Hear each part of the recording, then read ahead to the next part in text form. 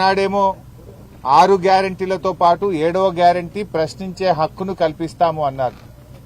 ఈరోజు ఎవరు మాట్లాడితే వాళ్ళ మీద case, vigilance enquiry, CID enquiry, కమిషన్లు, అక్రమ కేసులు, అరాచకాలకు పాల్పడతా ఉన్నారు.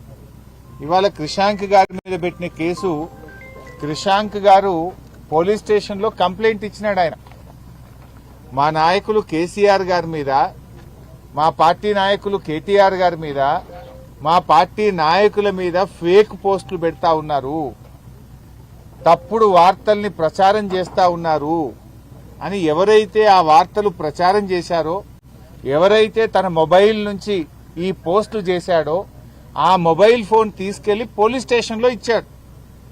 పోలీసులకు ఈ మొబైల్లో అన్ని ఆధారాలు ఉన్నాయి, ఈ మొబైల్ నుంచే ఇగో మా కేసీఆర్ గారి మీద, మా పార్టీ నాయకుల మీద అక్రమ కేసులు, అక్రమ పోస్టులు పెట్టారు, దుష్ప్రచారం చేస్తా ఉన్నారు, ఈ మొబైల్లో అన్ని ఆధారాలు ఉన్నాయని అతని చేతి నుంచి మొబైల్ తీసుకొని పోలీస్ స్టేషన్లో పోలీసులకు కంప్లైంట్ కాపీతో పాటు మొబైల్ అందజేయడం జరిగింది.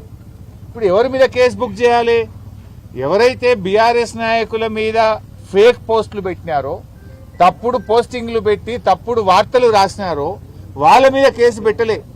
కంప్లైంట్ ఇచ్చిన క్రిషాంక్ మీద, క్రిషాంక్ తో ఉండే కార్యకర్తల మీద కేసులు పెట్టి వాళ్ళని జైల్లో నిర్బంధించింది.